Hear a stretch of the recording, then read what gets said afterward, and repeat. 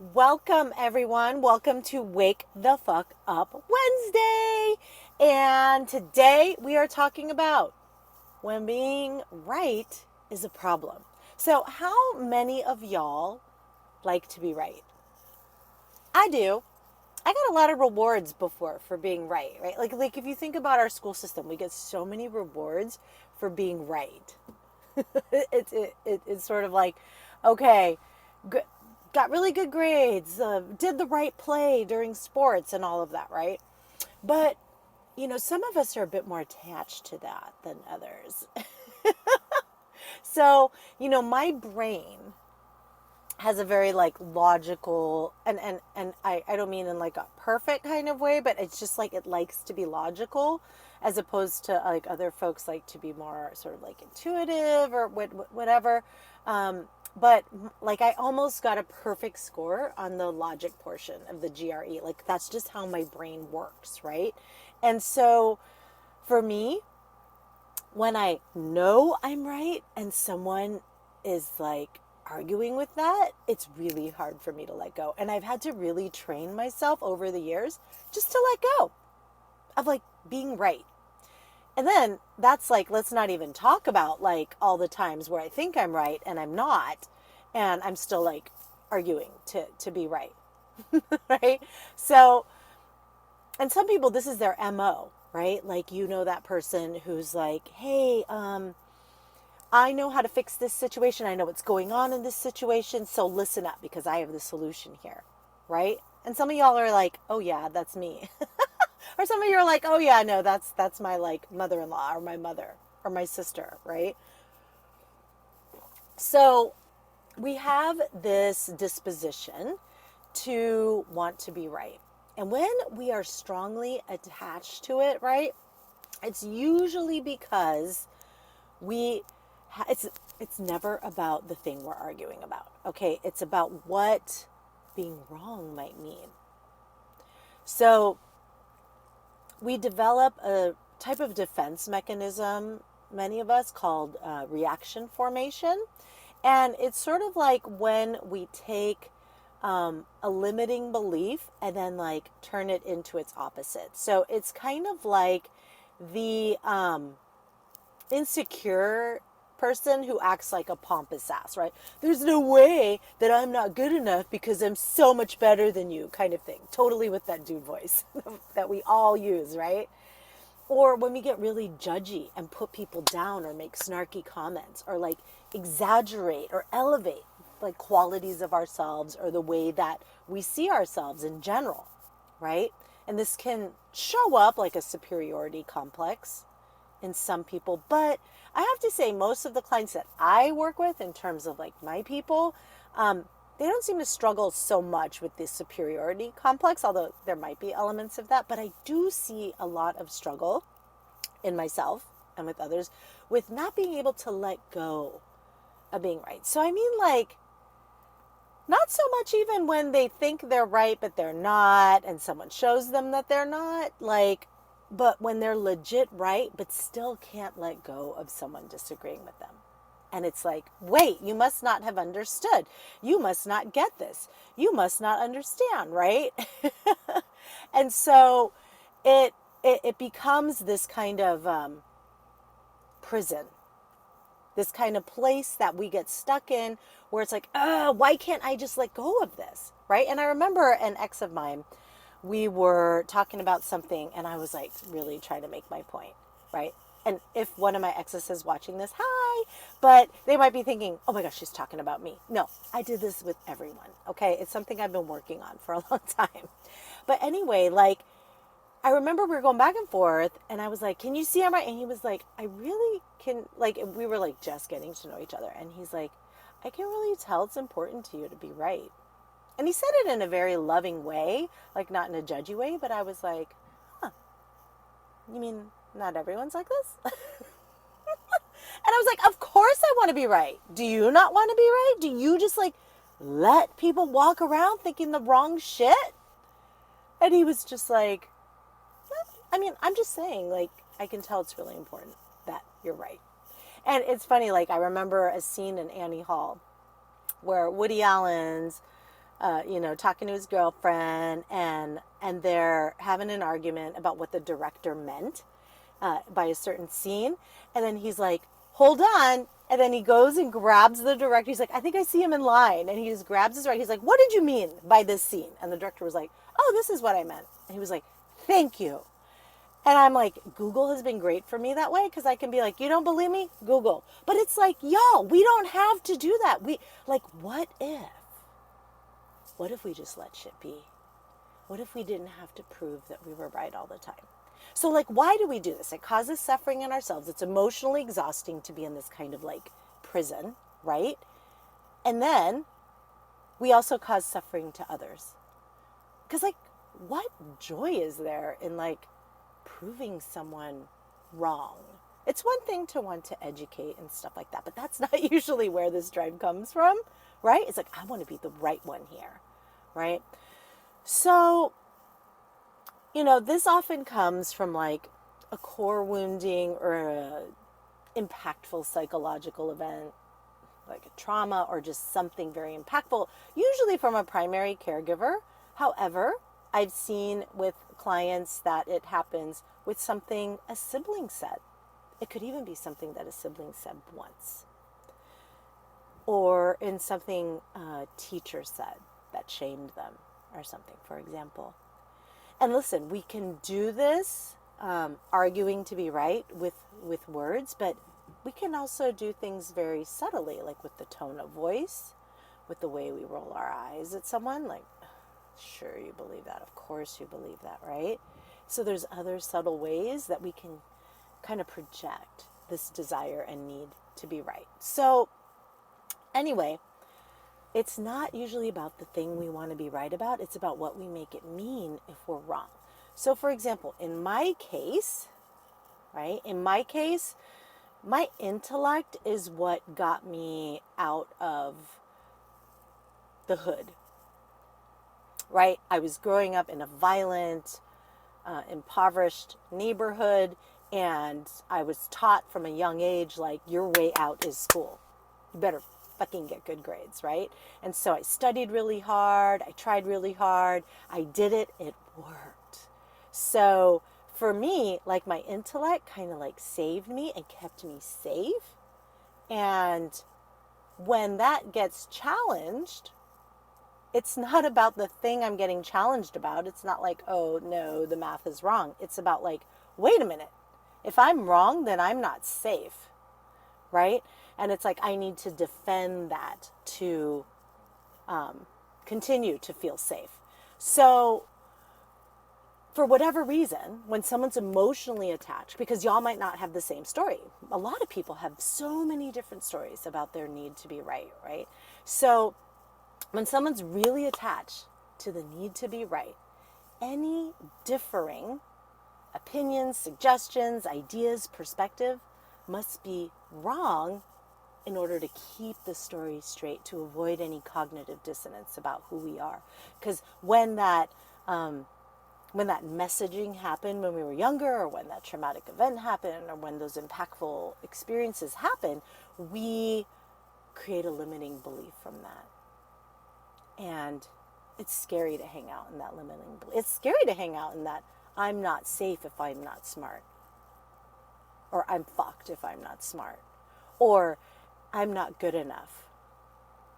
Or I'm not worthy. I'm not lovable. That feels shitty. So then we have the reaction formation where we come up with the opposite. And it's like, that's not who I am. This is who I am, right? And I'm really going to prove it to you. And I'm going to prove it to the world. I'm going to prove it to myself, right? So our need to be right convinces us we're okay if we're right, right?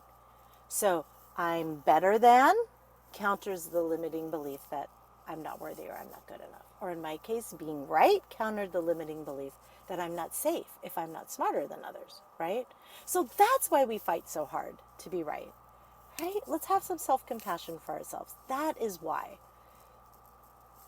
It's like this, our wounded child coming out, right? Not the thing we're arguing about. So it creates all this suffering, right? It creates exhaustion, right? I mean, here someone's just sharing their opinion, right? Colleagues, partners, family, friends, kids. And then we are like, rawr. And then they feel crappy too. I mean, whatever. They have to own their reaction too. But like we're creating this situation of tension, right? That wears on us. Like the other person likely isn't saying anything about your worthiness or lovability, right? But it sure feels that way. And you are not alone. Like this is so common. Okay, this is a human thing. This is happens with us wild and wacky humans, right? So there's a lot of us out there who use being right as a form of protection, a defense mechanism. So when we try to counter this, it can be really tough, right? Because this occurs automatically, it occurs habitually. So the first step is awareness. Awareness and noticing when we get hooked. We notice, that's me, I want to be right. I'm attached to being right, right? And then we notice when it starts to arise. Like I notice my head gets kind of tight and I get this kind of anxiety and I kind of lean in for battle, right? And so meditation, thought work, getting coached, slowing down, just noticing our thoughts, getting curious about it, not judging ourselves for having them either, right? And we know we're hooked when we notice that we're suffering. Because really, that's what's happening. The anger, the irritation, the defensiveness, these are all forms of suffering. And so we can notice we're suffering and say, hey, I'm hooked here. I mean, when we look at the causes of suffering, right? I have a whole podcast on that, so you could search for that one. But, you know, in terms of the Four Noble Truths, like, you know, when we break down the causes of suffering, you know, in there is attachment, right? And so attachment to being right. Suffering, we notice, oh, I must be hooked here. I'm experiencing some suffering. And I love, instead of saying like, I'm angry or I'm irritated or I'm frustrated, we can say, oh, instead of identifying with that emotion, we identify like, I'm suffering. All of this shows that I'm attached, I got hooked, and now I'm suffering. Right? And then we can approach this with some softness and tenderness toward ourselves, because that's what we need. When we're confronting a limiting belief of you're not worthy and you're not lovable, the last thing we need is like, and you should shut the fuck up. Like that is not what we need at that time. We need compassion, self-compassion. It's like, hey, this is what we need. This is what we need, some affirmation that we are worthy and lovable 100% as we are, because you are.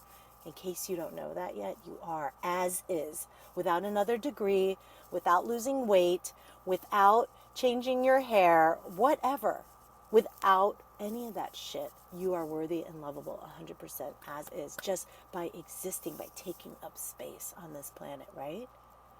So we can remind ourselves of that. There's an episode on self-compassion you can check out. So we notice we're hooked, we notice we're suffering, we offer self-compassion, then we can start to let go by asking ourselves, would I rather be right or be happy? Like, whoa, for some reason I'm choosing thoughts that are causing me suffering, because in the moment it feels so real. No, this person's wrong. I have to argue this, right? Would I rather be right or happy? It's actually a choice. No one's saying we have to convince or teach someone or anything that we are right. We're choosing that. So, would I rather be right or be happy? That's a really powerful question, right? And as we realize that trying to be right is a choice, we can say to ourselves, I choose happiness, right? Like, I choose happiness. We can drop into the fact that, yeah, this is a choice going on right now. And y'all, happiness, contentment, santosha in Sanskrit, right? That's what's available to us when we're willing to be wrong, right? When we're willing to be wrong. Or if we're factually right, if we're like, no, that math calculation was wrong, and we're just arguing, say, okay, this is what's available to us when we're willing to let someone else think we're wrong. And then we go back to the episode about let people be wrong about you, right? Go check that out. Okay? How to let people be wrong about you. So what's more important? Being in alignment with how you want to feel and with how you want to show up in the world, which brings you closer to those you love and care about instead of pushing them away. Because let's face it, right? Like somewhere in there, we want to be right because we're like, wait, if I show you I'm right, you're going to think I'm so fucking cool and smart. Does that actually happen? No. They're like, God, what an asshole for arguing like that, right? And we push people when we distance and we go, this is why I'm better than you. And this is why you're wrong. Woo! That's like pushing people away. So again, I'm not saying that we can't have intellectual debate, which is so lively and fun and exciting and important. But when we're attached to being right, not just on teaching or educating or informing, but when we are attached to being right, we're pushing people away. And, you know, we argue to be right. Ultimately, we want to feel understood. We want to feel connected, right? We don't want to have to shout for people to understand and love and accept us. You know, like Paulo Coelho has a quote, and I tell the whole story in the podcast, and the podcast is going to drop tomorrow on this topic. But essentially, it's like, why do we yell? And he says, you know, we yell because our hearts are distanced. And why do lovers whisper? Because their hearts are close. And then eventually lovers don't even have to whisper. They just look at each other. And it's understood, right? And we all like really want that. And it's like when someone thinks we're wrong, we're like, no, you don't understand. You don't understand. And then, you know, if someone is ever saying the same thing to you over and over, it's because they think you don't understand. So if you notice that, someone repeating themselves, you can pause and say, hey, I've heard you. I understand. And I disagree with you, right? Yeah. So when we argue, our hearts are disconnected. When we bring our hearts closer, there's more connection. And when we are attached to being right, we are pushing people away. Okay? So we can say, all right, the world isn't flat, but okay, if you want to go there, how about we agree to disagree, right? Asking ourselves again, would I rather be happy or be right? And when we say we agree to respectfully agree to disagree, we can drop the whole who is right thing, right? I can see your points. Maybe we can agree to disagree about this and revisit it another time, right? Because what we really want to say is, you know, fuck, I want to feel connection. I want to choose to feel happy. I want to do things differently. I want to feel safe and loved and happy. And maybe it would be super creepy to say that in your context. So we can say and surrender, okay, I'm starting to understand. I can see why you might think that. Let's just agree to disagree for now, right? So this week, Rebel, ask yourself, would you rather be right or be happy? We always think that if we're right, we'll be happier. But as I've shown you, right, as we've reflected on this Wake the Fuck Up Wednesday, that's not where it goes. We get a brief dopamine hit. Woo, I proved my point. And then there's the shame and the guilt for like how we showed up, right? So would you rather be right or happy, and which would bring you closer to people and to your values and to your heart, right? Okay. That's it for today, y'all. I am getting stoked to do some camping this weekend. We're going to go find some awesome beaches. And hey, if you're ready to do all this Jedi mind training with a squad of amazing people, apply for the Spring Adventure Mastermind.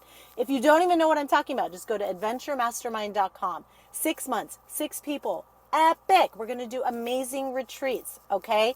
1 in Hawaii, 1 in Alaska, full on, balls out, ovaries out, adventures. It's going to be amazing. Hey, look, You don't have to be like a rock climber or anything to join. We meet people where they're at and have various options, okay? So come join us, 6 months, all right? adventuremastermind.com. Even if you're remotely curious, just apply, okay? Bye, y'all. Have an amazing rest of your week. Check out the pod that drops tomorrow. Ciao.